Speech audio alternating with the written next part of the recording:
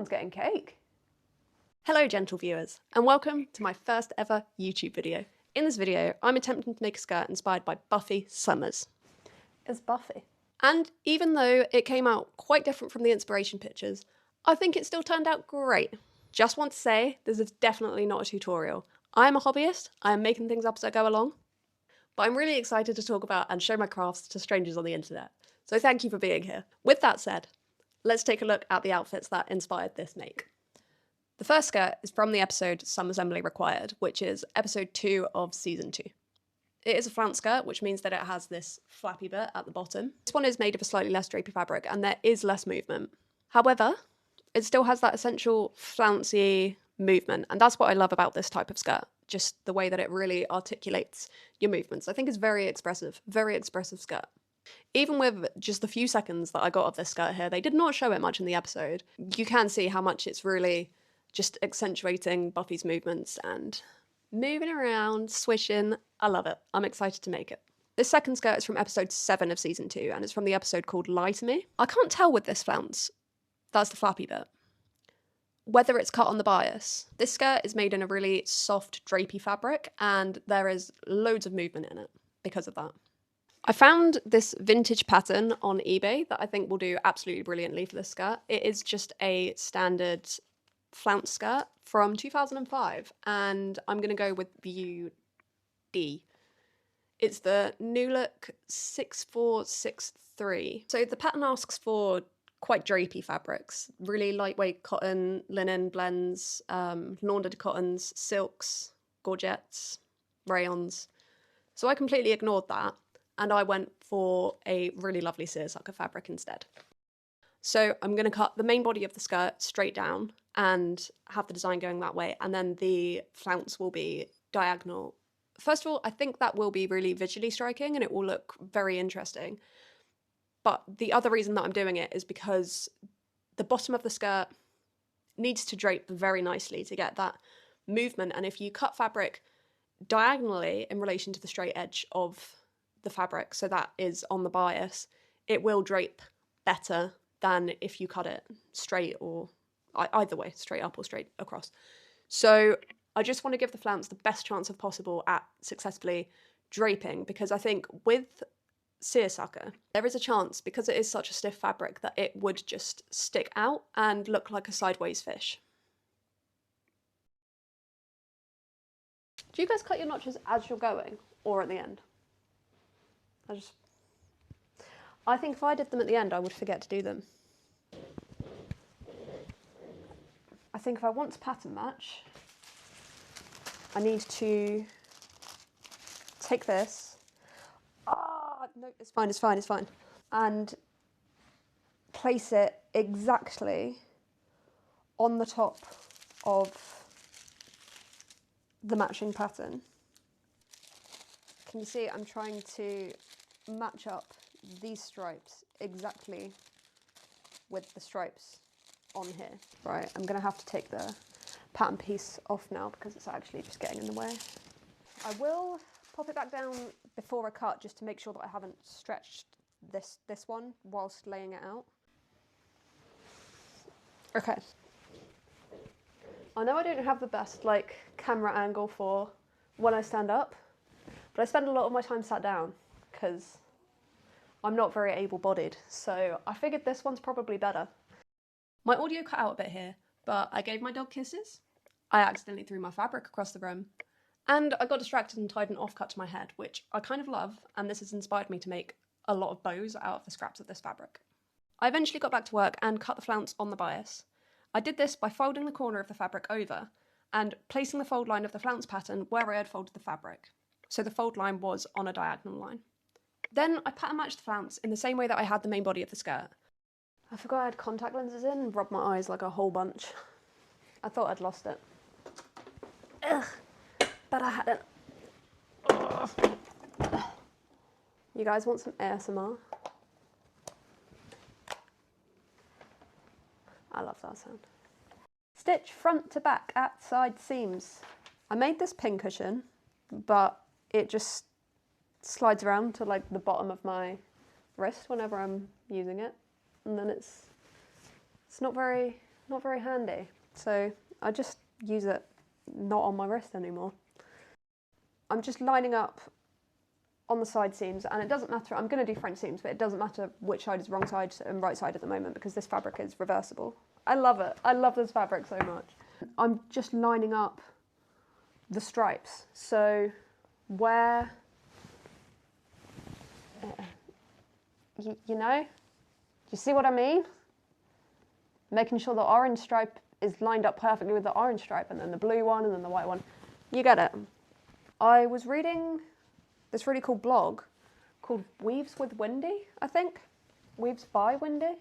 I think it's Weaves with Wendy. So her blog's mostly about hand weaving. She said there's a few different ways of producing a seersucker fabric. One of them is to stripe the fabric with starch of some kind, caustic soda, I think it's caustic soda. She said that when that dries, it shrinks the stripes, so it shrinks the fibres in the stripes, and that gives it that puckered seersucker effect. But you can ruin that by like ironing it. I think that's like not, it's not an authentic seersucker, but you know, it creates the illusion. So another way of doing it is to weave with two different types of fibre. Ow! Fibre. So you create one stripe in one type of fibre, and then you create another stripe in a type of fibre that shrinks more than the other. And that means that when you then wash the fabric, you will have one stripe that is pulled taut or pulling, and then the other one there will be more fabric in it because that one hasn't shrunk, and so you will get the puckered effect that way. I just started banging on about this method before actually introducing it. So the next method that I'm going to talk about uses two warp beams that have differing tensions to create a seersucker fabric. In weaving, you create a textile or a fabric by, you have a weft structure across the middle made of fibres, and you weave fibre in front of and behind alternately, and over again until you get a big old piece of fabric, or a small piece of fabric. I don't think weavings have to be huge. If you have two warp beams, so two bits catching the thread at the bottom, and they have different tensions, so one of them is catching the thread and pulling it very tight, and the other one is catching it but not pulling it very tight at all, you can create stripes where one of them lies flat, and then the next one doesn't lie flat. The next one has excess material in it, and so that one puckers next to the straight, taut stripe. And you just do that over and over again, and then you get seersucker, which is lovely. The word seersucker comes from Urdu and Hindi. In Urdu and Hindi, the words sheer ashuka, I think it's that, I'm trying, means milk and sugar. Sheer ashuka, especially thinking that one of those sugar sounds a lot like something my nan used to say I could have if I didn't want the dinner that she was serving. The idea is that the milk in milk and sugar, it relates to smoothness, and that's the taut lines, the taut stripes, which are nice and smooth, and then the sugar relates to coarseness, and that's the puckered stripes. We got it from India around the 18th century, along with a lot of other stuff. Anyway, I'm gonna sew this. Oh goodness, there's no thread. It's so lightweight, it's quite difficult to backstitch. I'm now just turning it inside out, or if you were using a pattern fabric, it would be right sides together. So the seam that I just sewed would have been wrong sides together, so that on the outside now, which would be the wrong sides, I've got a closed seam. My seam is closed. Beautiful. 1/2 inch seam allowance. Also, the last one I said 1/4 inch, I meant 1/2 inch. I did do a very small 1/2 inch, but I meant 1/2 inch. So 1/2 inch first one, 1/2 inch second one. 1/2 inch, trim to 1/4, 1/2 inch. Not a tutorial. I really, really hate not having pressed this seam out. Scissors.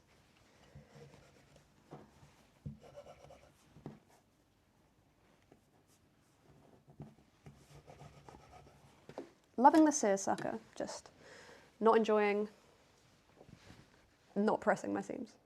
It feels wrong. Looking at this now, it's way too big. Elastic. I actually suspect at this point that I'm going to make a skirt that is absolutely nothing like the pictures. I'll make another one that is.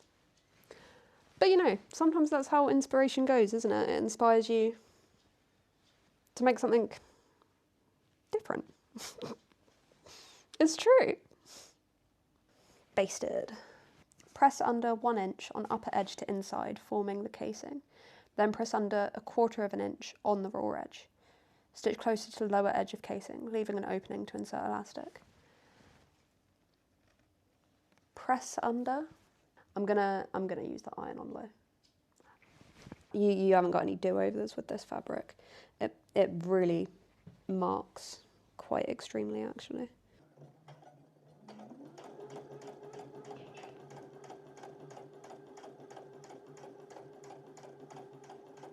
Jake's feeling a little needy today.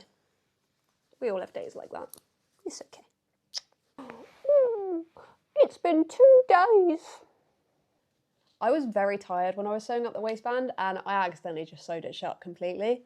So I had to unpick a little gap. You haven't got any do-overs with this fabric, so that I could fit the elastic in. It's not gone too badly. It's all right. So I just measured this elastic around my waist and figured out where I would want it. I didn't use the elastic guide because, to be honest, I actually didn't find it. I usually pull my elastic through waist channels using this kilt pin, but I don't know if it's going to fit. There's enough width for it. Let's give it a go.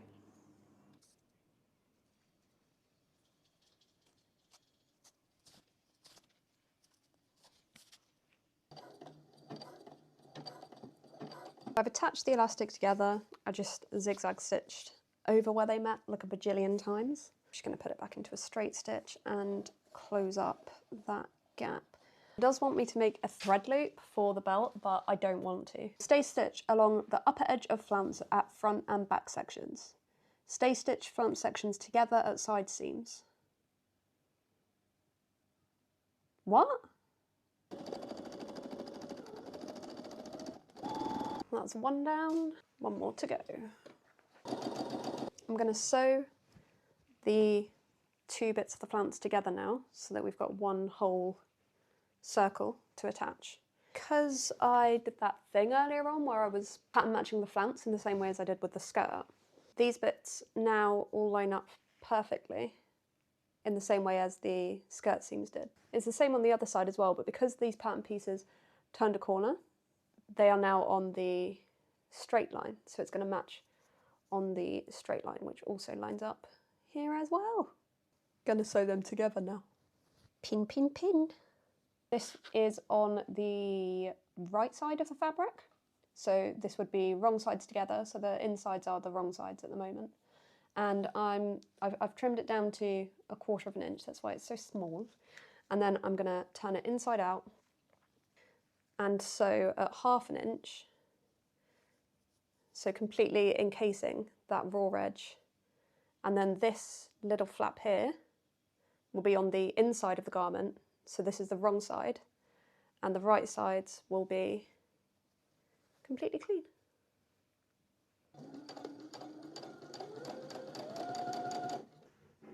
Look at that pattern matching. It's not perfect, like down here, there's a little jump, but it's fine. It's great up here. It's great up there. I love that. It's very good. I'm happy with it. Clip upper edge of flounce to stay stitching along curves for views B and D. We're D. I've lost the tiny scissors I was using to trim the threads. I've already lost my snips. I think there are goblins in this house. Clipping along the upper edge. Oh, there's the scissors, thank goodness, because I really did not trust myself to do it, the big ones. Clipping along the upper edge of the stay stitching. That's draping well. That's draping very well. Oh, I'm optimistic. Okay. Clip along upper edge of stay stitching. With the right sides together, pin flounce to lower edge of skirt, matching centres and side seams. Stitch, spread clips to fit skirt. Press seam towards skirt. I don't think I should French seam this bit. Thank goodness for stay stitching, because I almost just tore one of those clips. Because I'm not French seaming this join, I am going to do them right sides together. So yeah, I'm going to turn that inside out. So we want the right side on the inside of the skirt. And I'm going to pin the side seams of both of them together and make sure that the two seams are going in the same direction as well, because I want them to be a continuation. Okay, come on. I'm just being extra careful not to catch any of the folds under there from the flounce, because there is extra fabric in there. So it could very easily happen. And now I'm just going over the raw edges of that seam with a zigzag stitch so they don't fray. Ideally you'd use an overlocker, but I don't own one.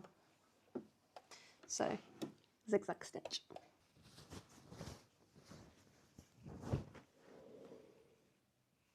It's looking good. Just got to press the seam up again and then hem the edge. For the hem, I'm just going to do a really tiny rolled hem, which I'm then going to guide in with the tip of the scissors.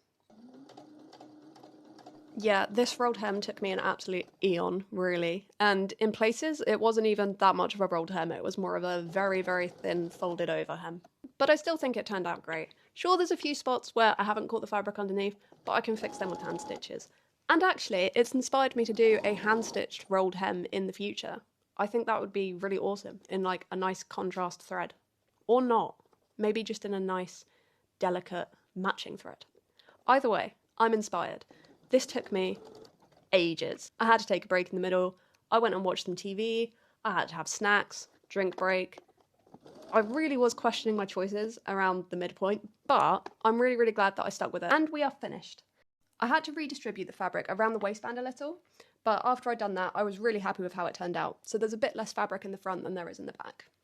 Once I'd finished the rest of the skirt, I didn't really like the idea of a belt. I just thought it added bulk up top and I didn't really want that. So I used the fabric that I'd already cut out, this little false drawstring on the front. I really like how it looks, and it actually broke up what was a very blocky looking skirt before I attached it.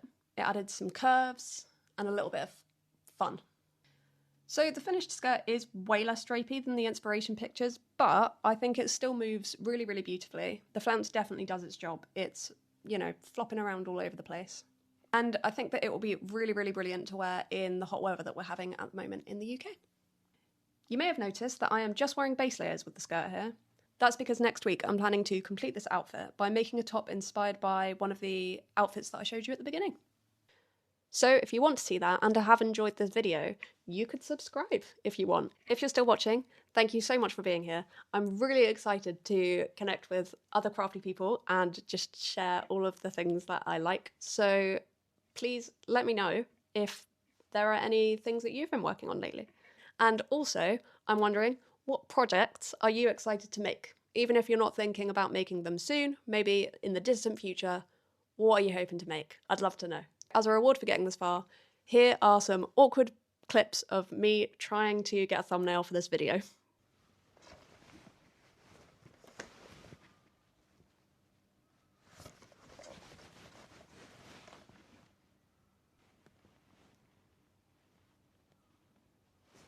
is Buffy?